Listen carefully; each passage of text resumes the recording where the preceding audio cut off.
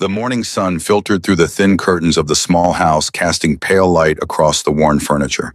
Ryan Holt stirred on the couch, his neck stiff from another night of uncomfortable sleep.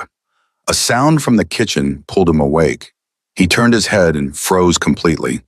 Standing in his kitchen was a woman wearing his white dress shirt, pouring coffee like she belonged there. When she turned and caught his stare, her lips curved into a knowing smile. "You really don't remember last night, do you?" From the hallway, Lily peeked out, giggling. The woman's gaze shifted back to Ryan. "We need to talk, Ryan." Ryan Holt was 36 years old, and he had learned long ago that life didn't hand out second chances just because you deserved them. He had been an engineer, once the kind of man who wore ties to work and had health insurance and a retirement plan that made sense on paper. That version of him felt like a stranger, now a ghost from a life that had collapsed slowly and then all at once.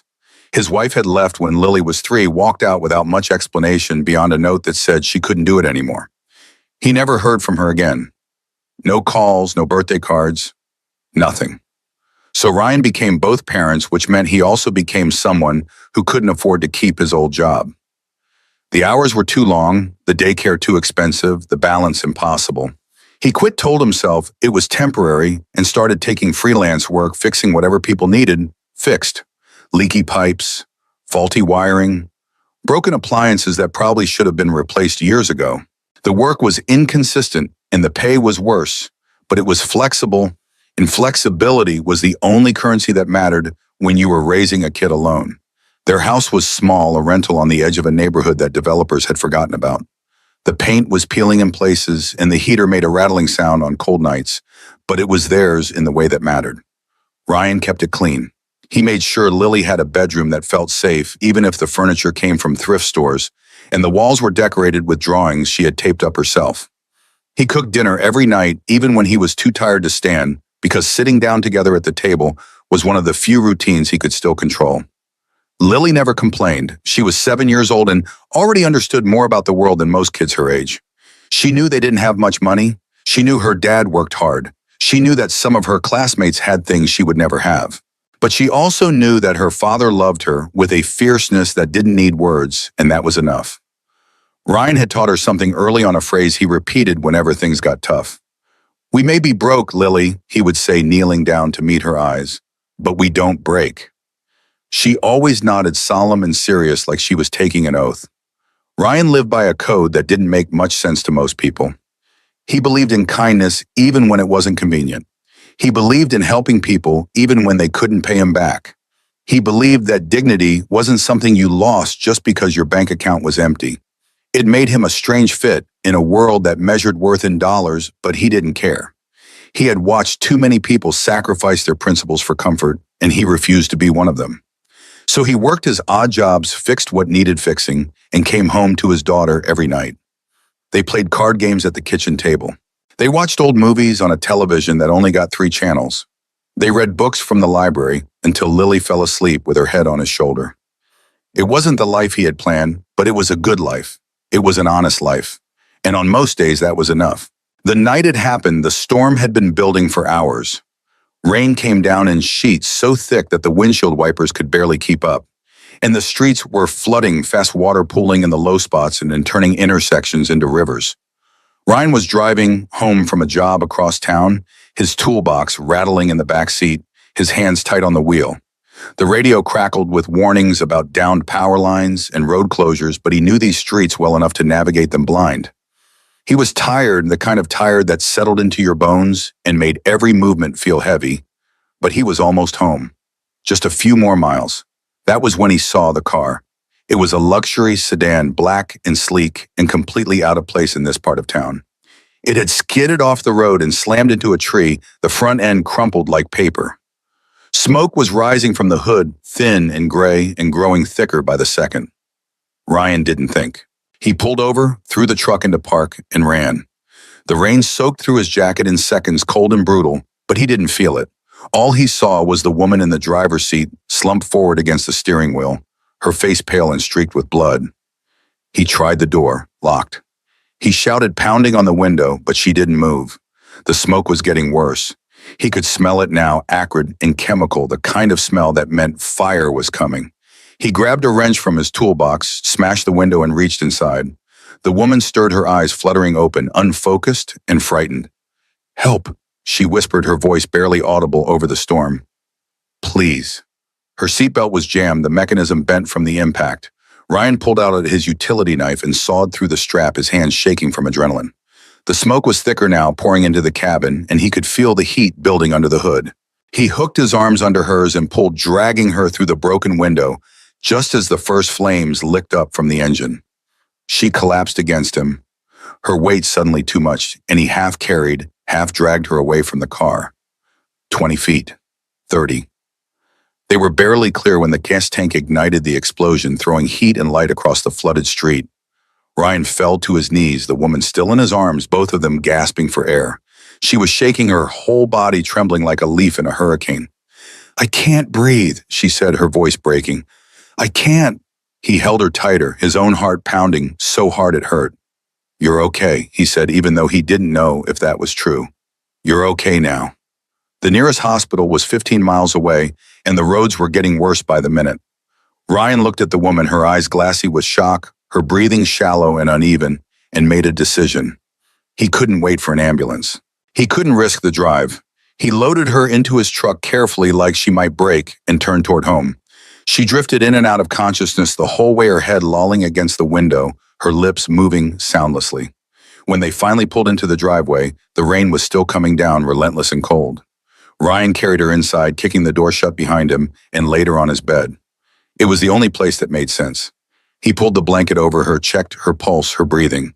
She was stable, he thought. Hoped. He didn't know what else to do. Her clothes were soaked through, clinging to her like a second skin, and Ryan knew she needed to get out of them before hypothermia set in. He worked quickly, methodically, trying not to think too hard about what he was doing. He found a towel, dried her arms, her face. He draped a spare shirt over her, something oversized and soft, and hung her wet suit jacket over the back of a chair to dry. When he was done, he stepped back, his own clothes dripping onto the floor, and let out a breath he didn't know he'd been holding. She looked small in his bed, vulnerable in a way that didn't match the expensive watch on her wrist or the designer labels on her clothes. He grabbed a pillow and a blanket and headed for the couch. Sleep didn't come easy, but eventually exhaustion won. Somewhere around 3 a.m, Ryan woke to the sound of small footsteps. Lily stood in the doorway of the living room, her stuffed rabbit clutched to her chest, her eyes wide and worried. "Daddy," she whispered. "Who's that lady?" Ryan sat up, rubbing his face. "Someone who needed help, sweetheart." Lily tilted her head, considering this. "Is she okay?" "I think so." "Why is she in your bed?" "Because it was the safest place for her." Lily nodded slowly, like this made perfect sense. "Are you going to sleep on the couch forever?" Ryan smiled despite himself. "Just for tonight." A flash of lightning lit up the room, bright and brief, and for a moment he could see the woman clearly through the open bedroom door. Even unconscious, even battered and bruised, there was something about her that commanded attention. Something powerful. Something that made Ryan uneasy in a way he couldn't explain. Lily tugged on his sleeve. "She's pretty. Go back to bed, Lil." "Okay." She patted back down the hall, and Ryan lay back down, staring at the ceiling. Outside, the storm raged on, but inside the house was quiet except for the steady rhythm of rain against the windows. He thought about the woman in his bed, about the way she had looked at him in those brief moments of consciousness, like she was trying to memorize his face. He thought about the expensive car, the designer clothes, the diamond earrings he had carefully placed on his nightstand. Whoever she was, she came from a world he didn't understand, a world of money and power and influence, a world where people didn't end up on the side of flooded roads and neighborhoods like his. He told himself it didn't matter. He had done what anyone would do. When morning came, she would leave, go back to wherever she belonged, and that would be the end of it. He was sure of it. But as he drifted back to sleep, a small voice in the back of his mind whispered that nothing was ever that simple. Morning came slow and gray, the sky still heavy with clouds. Ryan made coffee in the kitchen, moving quietly so he wouldn't wake Lily. He glanced at the suit jacket draped over the chair, the fabric expensive and perfectly tailored, and felt a knot tighten in his stomach. Whoever this woman was, she didn't belong here. He heard movement from the bedroom, the creak of floorboards, and turned. She stood in the doorway, backlit by the pale morning light, wearing his white dress shirt. It hung loose on her frame, the hem falling to mid-thigh, the collar open at her throat. Her hair was tousled, falling in waves around her face, and there were dark circles under her eyes. But she held herself like royalty, shoulders back, chin up, unbothered by the fact that she was in a stranger's house wearing a stranger's clothes. "Good morning," she said, her voice calm and measured.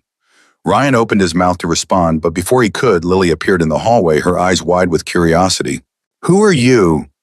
The woman looked down at her, and for the first time something softened in her expression. She crouched, bringing herself to Lily's level. "Just someone your dad saved." Lily studied her for a long moment, then looked at Ryan. "Daddy saves people a lot." "Does he?" The woman's gaze shifted back to Ryan, and there was something new in her eyes now, something that looked almost like respect. Ryan cleared his throat. "I can call you a car or an Uber. Whatever you need, Todd." The woman straightened, smoothing the shirt down absently. "That won't be necessary. My driver's outside. He's been waiting since 6. Ryan blinked. "Your driver?"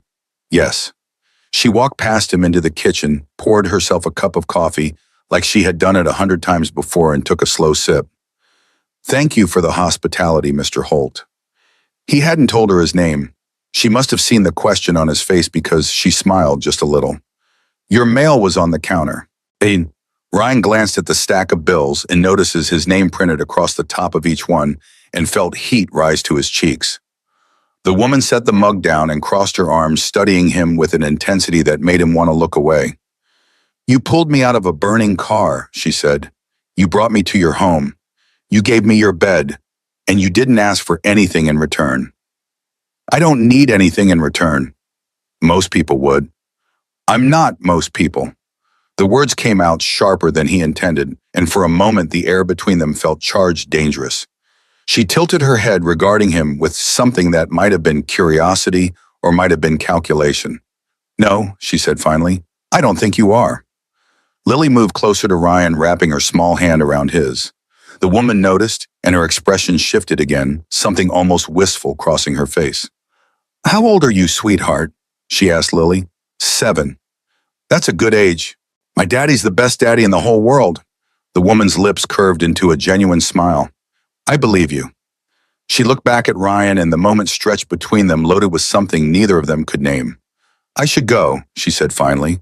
"Yes," Ryan agreed, though part of him wondered why that felt like the wrong answer. She reached into the pocket of her jacket, still draped over the chair, and pulled out a slim wallet. Ryan watched as she counted out bills, crisp and new, and placed them on the kitchen table. $2,000 bills. $2,000. "This should cover last night," she said. Ryan's jaw tightened. "I didn't do it for money." She raised an eyebrow. "Then consider it a laundry service. That shirt looks better on me than it probably did on you." The casual arrogance in her tone, the assumption that everything could be bought, that kindness was just another transaction, it hit something raw inside him. He stepped forward and pushed the money back across the table toward her. "Take it back." "Excuse me." "I said take it back. I don't want your money." She stared at him, her expression unreadable. "Everyone wants money, Mr. Holt." "Not everyone." He held her gaze, refusing to back down. "I'm not most men." For the first time since she walked into his kitchen, the woman looked genuinely thrown. She picked up the bills, slowly folding them back into her wallet, her movements deliberate. When she spoke again, her voice was quieter. "You're right. I apologize." Ryan nodded, the tension in his shoulders easing just a little. "It's fine." "No, it's not." She closed the wallet and set it down. "I made an assumption. A wrong one. That was disrespectful." Ryan didn't know what to say to that. In his experience, people like her, people with money and power, they didn't apologize. They didn't admit when they were wrong. But here she was, standing in his kitchen, in his shirt, looking at him like she was seeing him for the first time. "I'm not used to people like you," she said, "people who help without expecting something in return." "Maybe you've been around the wrong people." "Maybe I have." The admission seemed to cost her something, and for a moment the mask slipped. He saw exhaustion in her eyes, the kind that came from carrying too much for too long. He saw loneliness. He saw something breakable beneath all that armor. Lily tugged on his hand. "Daddy, can she stay for breakfast?" "Sweetheart, she has to go." "But it's okay, Lily," the woman said, her voice gentle. "Your dad's right, I have to go." She walked toward the door, pausing with her hand on the knob. She turned back, looking at Ryan with an expression he couldn't quite read. "Ryan Holt," she said, testing his name on her tongue. "I won't forget it." "Good luck," Ryan said, and he meant it. She smiled, small and sad. "Thank you for everything." And then she was gone, the door closing softly behind her, leaving only the faint scent of her perfume and the echo of her words. Ryan stood in the kitchen, staring at the closed door, feeling like something important had just walked out of his life. Lily looked up at him. "She was nice." "Yeah," Ryan said. "She was. Are we going to see her again?" Ryan picked up the coffee mug she had used and carried it to the sink. "I don't think so, sweetheart. She lives in a different world than we do." Lily frowned. "That's sad. Sometimes that's just how it is." But as he washed the mug, scrubbing away the lipstick stain on the rim, he couldn't shake the feeling that this wasn't over. Not really. That evening, Ryan stood in the kitchen, making spaghetti. Lily at the table, coloring a picture of a dragon. The television was on in the background, the news droning on about traffic and weather and politics. He wasn't really paying attention until he heard the anchor's voice shift, taking on that urgent tone reserved for breaking stories. CEO Veronica Chase survives a terrifying car crash during last night's storm. The head of Chase Tech Industries was pulled from her vehicle moments before it exploded. Details are still emerging, but sources say a local man intervened, saving her life. Ryan turned the wooden spoon still in his hand and stared at the screen. There she was, the woman from his kitchen, Veronica Chase. She stood in front of a bank of microphones, flanked by security and assistants, looking polished and composed in a tailored suit. Her face was calm, professional, but there was something different about her eyes, something almost soft. A reporter shouted a question. "Ms. Chase, do you know the identity of the man who saved you?" Veronica paused, and for a moment Ryan thought she might not answer. Then she leaned forward, her voice clear and steady. "I do, and I can tell you this.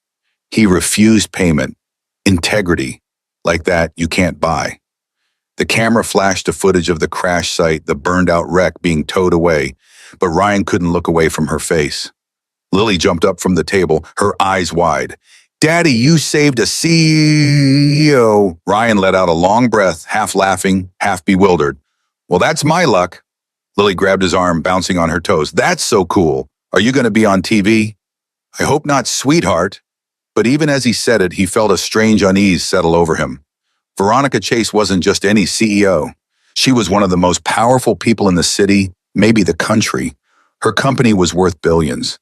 She had influence, connections, resources that Ryan couldn't even imagine. And now she knew his name. He told himself it didn't matter. She would go back to her world, and he would stay in his, and their paths would never cross again. The news segment continued, showing footage of Chase Tech Industries headquarters, stock prices, corporate achievements. The anchor mentioned that Veronica had built the company from nothing, that she was known for her fierce business acumen and her reluctance to show weakness. The woman on the screen seemed like a different person from the one who had stood in his kitchen that morning, vulnerable and almost human. Lily climbed into his lap. "She was scared, wasn't she? When you saved her." Ryan wrapped his arms around his daughter. "Yeah, she was. But you weren't scared." "I was terrified." Lily turned to look at him, her small face serious. "But you did it anyway." "Yeah, that's what heroes do." Ryan kissed the top of her head. "I'm not a hero, Lil. I just did what needed doing." On the television, Veronica was wrapping up her statement, thanking the emergency services, assuring everyone that she was fine. But just before she turned away from the cameras, she looked directly into the lens, and Ryan could have sworn she was looking right at him. His phone buzzed, a text from an unknown number. "Thank you again, V." He stared at the message, then at the television, then back at his phone. He didn't save the number. He didn't respond. He just put the phone face down on the counter and went back to making dinner, trying to convince himself that this was really the end of it. He was wrong. 3 days later, Ryan was at Lily's school, crouched under a sink in the staff bathroom, wrench in hand. The principal had called him that morning, desperate. The plumbing was backed up and the regular maintenance guy was out of town. Ryan said yes because he always said yes, and because the school had been good to Lily. He was tightening a pipe when he heard the commotion outside. Voices, lots of them, excited, confused. He wiped his hands on his jeans and stepped out into the hallway. Through the front doors, he could see a black luxury sedan parked at the curb, sleek and imposing, completely out of place in the school's modest parking lot. Parents and teachers had gathered on the sidewalk, whispering and pointing. And then the door opened, and Veronica Chase stepped out. She wore a charcoal gray suit, her hair pulled back, her expression composed. She moved through the crowd like it wasn't there, her heels clicking against the pavement, and walked straight toward the school entrance, straight toward Ryan. He stood there frozen as she pushed through the doors and stopped in front of him. Up close, she was even more striking than he remembered, all sharp lines and quiet power. But there was something different now, something in the way she looked at him. "Mr. Holt," she said, "we need to talk." Ryan glanced around at the growing crowd of onlookers, then back at her. Here. She reached into her bag and pulled out a tablet, tapping the screen a few times before turning it toward him. The video was grainy shot from a traffic camera, but clear enough. It showed Ryan smashing the window, pulling her out, dragging her away from the car just before the explosion. It showed him falling to his knees, holding her, shielding her with his own body. Veronica's voice was quiet. "I had my people pull this footage. I wanted to see it for myself. What you did." Ryan stared at the screen, uncomfortable. "I did what anyone would do." "No," she said firmly. "You didn't." She turned off the tablet and met his eyes. "I came here to apologize, properly. Not just for the money, for everything. For assuming, for being dismissive, for not seeing you clearly." Ryan didn't know what to say. Around them, the hallway had gone silent, every ear tuned to their conversation. Veronica glanced past him and saw Lily peeking out from a classroom doorway, her face curious and cautious. Veronica's expression softened immediately. She walked over, crouched down, and smiled. "You must be Lily." Lily nodded, clutching her backpack straps. "My dad talks about you." "He does. He said you were in trouble and he helped you." Veronica's smile widened, genuine and warm. "He did. Your dad's a hero." Lily beamed. "I know." Veronica stood and turned back to Ryan. "I want to do something for you, for your family." Ryan shook his head. "You don't have to." "I know I don't have to. I want to." She paused, choosing her words carefully. "I looked into your situation, Mr. Holt. I know you're renting. I know the building has violations. I know the landlord has been threatening eviction." Ryan's stomach dropped. "How do you—" "I bought the building this morning." The words hung in the air like a bomb. Ryan stared at her, speechless. "Your rent is paid for the next 5 years. The repairs will be handled. You and Lily are secure." Ryan's hands clenched into fists, not from anger, but from the sheer weight of what she was saying. "Why?" Veronica met his gaze, unflinching. "Because you saved my life, and because I can." She pressed a business card into his hand. "Call me when you're ready to talk, really talk." And then she was gone, leaving Ryan standing in the middle of the hallway, the card burning in his palm, the whole school staring at him like he had just won the lottery. That night, after Lily was asleep, Ryan sat alone in the dim light of the kitchen, staring at the business card Veronica had pressed into his hand. It was simple, elegant, just her name and a phone number embossed in black. He turned it over in his fingers, trying to make sense of everything that had happened. 2 days later, she called. Her voice on the other end of the line was calm, businesslike, but there was an undercurrent of something else, something vulnerable. "I need to explain something to you," she said. "Okay." There was a long pause. "I wasn't always this person, Ryan. The CEO, the suits, the money. I grew up in foster care, 12 different homes before I turned 18. I learned early that the world doesn't give you anything. You have to take it. So I did." Ryan listened, saying nothing. "I built my company from nothing. I worked 80-hour weeks. I sacrificed relationships, health, sleep. I became someone people respected and feared. But somewhere along the way, I forgot how to be kind. I forgot what it felt like to help someone without expecting something in return." Her voice cracked just slightly. "That crash, it wasn't just an accident. It was a wake-up call. I've been so focused on winning that I stopped seeing people. I stopped seeing myself." Ryan finally spoke. "Why are you telling me this?" "Because you reminded me of who I used to be, before I became this." She took a breath. "I want to do something meaningful, something real. I'm starting a fund for single parents, people like you who are trying to hold it together but can't catch a break. I'm calling it the Holt Fund." Ryan's chest tightened. You don't need to. I do, and I need your help. My help? I want you to be part of it, not as a figurehead, as someone who actually understands what these people are going through. I want you to help me vet applicants, guide the program, make sure the money goes where it needs to go. No PR, no cameras. Just real help. Ryan closed his eyes, overwhelmed. My way? Your way. He could hear the smile in her voice. Deal, Mr. Holt. He exhaled slowly. Deal. There was a pause, comfortable and warm. Thank you, Ryan. For what? For giving me a reason to be better. Over the next few weeks, something shifted. Veronica started showing up more, not with cameras or press releases, but quietly, genuinely. She came to the school for Lily's award ceremony, sitting in the back row, clapping louder than anyone when Lily received her certificate for perfect attendance. The other parents whispered phones out, trying to get pictures, but Veronica ignored them. Afterward, a reporter approached, shoving a microphone in her face. Ms. Chase, are you and Mr. Holt together? Veronica didn't miss a beat. Not yet, she said, her eyes finding Ryan's across the crowd. But he did lend me his favorite shirt. Ryan felt his face flush, but he couldn't stop the smile that tugged at his lips. Lily ran up to Veronica and threw her arms around her waist, the gesture so sudden and natural that it caught everyone off guard. Veronica froze for just a second, then her arms came up, wrapping around the little girl, her eyes closing. It was the most human Ryan had ever seen her look. When she opened her eyes, they were bright with unshed tears. Thank you, she whispered to Lily. For what? For sharing your dad with me. A month later, Veronica held a gala to launch the Holt Fund officially. It was a massive event held in a downtown hotel ballroom filled with donors and politicians and people who wrote checks with more zeros than Ryan had ever seen in his life. He felt out of place in his borrowed suit, standing at the edge of the crowd, but Veronica found him anyway.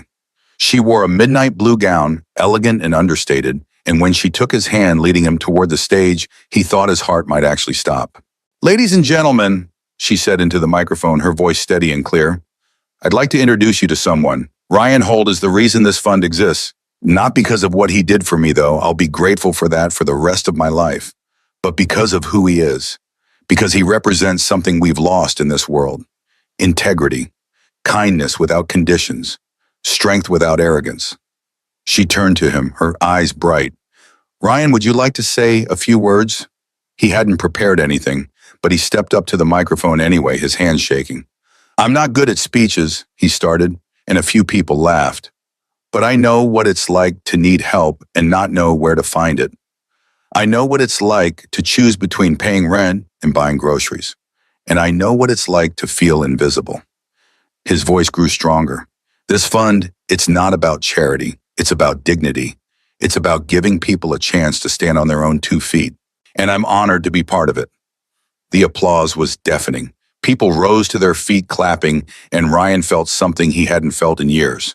Hope. Later that night, as the crowd thinned, Veronica handed him a small box. What's this? She smiled. Open it.